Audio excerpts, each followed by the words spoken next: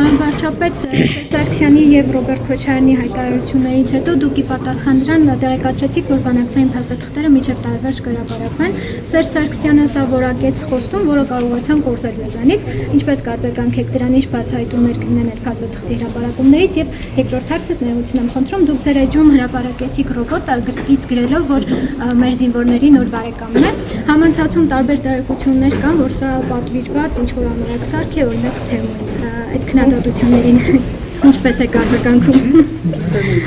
90% ձեռքով բաժան։ Լավ, ես շնորհավորում եմ Սերժ Սարգսյանին, որ տենց մեծ հաջողություն ունի։ Հույս ունեմ իր կենսագրության մեջ դա կնշի, որ մենք կորզեցինք խոստում։ Ես քանի ամիս է խոսում եմ դրա մասին։ Եվ եթե մի քիչ մտածեք եւ մտածեն, կիմանան ինչ փոխվեց եւ ինչի եմ հիմա եւ ինչի եմ ասում միջև տարվա վերջ։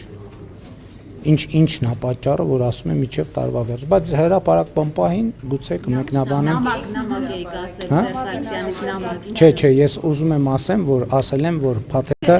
հրապարակեն միջև տարվա վերջ, դա պատճառ ունի, ինչի, որտեղ ես նախկինում ասել եմ, որ մենք կհրապարակենք։ Քանի ամիս առաջ եմ հրապարակային քանի ամիս առաջ եմ հրապարակային ասել, որ հանձնարարել եմ, որ պատրաստ են։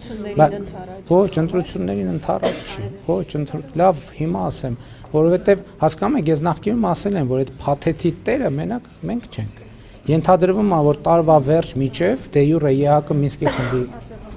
խումբը կլուծարվի եւ այդտեղ այդ բարոյական եւ քաղաքական արգելքը կվերանա, այսինքն այդ սուբյեկտը չի լինի եւ մենք ազատ կլինենք այդ թղթերը հրապարակել։ Իսկ Սերժ Սարգսյանի, այո, Սերժ Սարգսյանի նամակը հիմա ես հանձնարարել եմ գաղտնազերծման գործընթացը տեղի ունենում, չէ, ինչի ուղղված։ Այլ երկրի ղեկավարի ուղղված։ Ես այդ նամակի մասին Ես այդ նամակի մի րոպե ներողություն եմ ժողովուրդ ջան, ինչ կլինի, ես գնամ դուք հարցազրույցան։ Դե հերթու կարգ պետք է լինի, չէ։ Հիմա չեմ կարող ասել, կհրապարակեմ, կտեսնեք։ Իսկ ռոբոտը բարձր։ Հա, ռոբոտը դե ինչ ասեմ։ Հիմա գիտեք, ուշադիր նայեք, կտեսնեք, բայց ես ձեզ ուրիշ բան ասեմ։ Ես ձեզ ուրիշ բան ասեմ, հայ իմիջայլոց,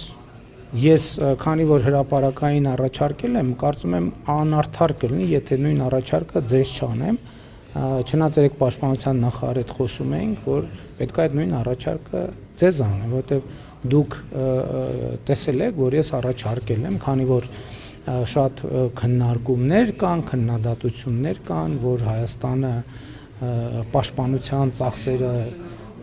բան անում, կրճատում է, Հայաստանը զինաթափել է բանակը, էս արել են արել, ես լրագրողներին առաջարկում եմ առանց տեսախցիկների, առանց բանի, հա, նույնիսկ առանց գրիչների, եթե պայմանավորվում ենք, որ ինֆորմացիան կոնֆիդենցիալ է, առանց հեռախոսների եւ եթե որևէ մեկը ստանձնի ցուցակ ձևավորի են լրագրողների, ովքեր պատրաստ են նաեւ հետագայում որևէ կոնֆիդենցիալության կանոնները պահել, ես ձեզ պատրաստ եմ տանել եւ մոտիկից ծանոթացնել եւ շների հետ, եւ կատուների հետ, եւ մնացած բոլոր հնարավոր միջոցների հետ, եւ դուք այդ հարցի պատասխանը անձամբ կտեսնեք։ Այդ բոլոր քննադատությունները հիմք ունեն, թե հիմք չունեն։ Ես իմիջայլոց, երբ որ նախկին 3 ղեկավարներին գրավոր այդ առաջարկը արել էի, վերջում մի նախադասություն էի գրել, այդ նախադասության տակ բովանդակություն կա։ Ինչ վերաբերում է ձեր հարցին կոնկրետ, գիտեք, հիմա օրինակ վաճառքում կան խանութում երևի, բայց վաճառքում կան, նայում ես Կալաշնիկովի ավտոմատը։ Բայց ինքը որսորդական զենք է, այսինքն ինքը ակոսափող զենք չի, որսորդական զենք է ազատ վաճառքում գտնվող։ Երբ որ հիմա մենք դա դնենք, նույն տրամաբանությամբ, եթե ես դնեի Կալաշնիկովի ավտոմատի նկար, որ մենք ձեռք ենք բերել, ինչ-որ մեկը կարող էր որսորդական խանութում ազատ վաճառքի մեջ, ընդ որում քանի տոկոս էր զեղչը, զեղչով այդ նկարը դնել, ասել դե տեսեք այդ։ Դե եւ նաեւ այդ պատճառը, որ ես այս վերջերս հաճախ եմ առակած առաջինը մեջ բերում, որտեղ ասում է Մեսրոպ Մաշտոցը իզուր չի թարգմանությունը սկսել այդտեղից եւ մենք դա ավելի հաճախ պետքա հիշենք, որի մեջ կա նաեւ այս արտահայտություն, որտեղ ասում է ընկալել խոսքի բարդ դարձվածքները։ Մենք երբեմն շատ հեռու ենք մնում դրանից։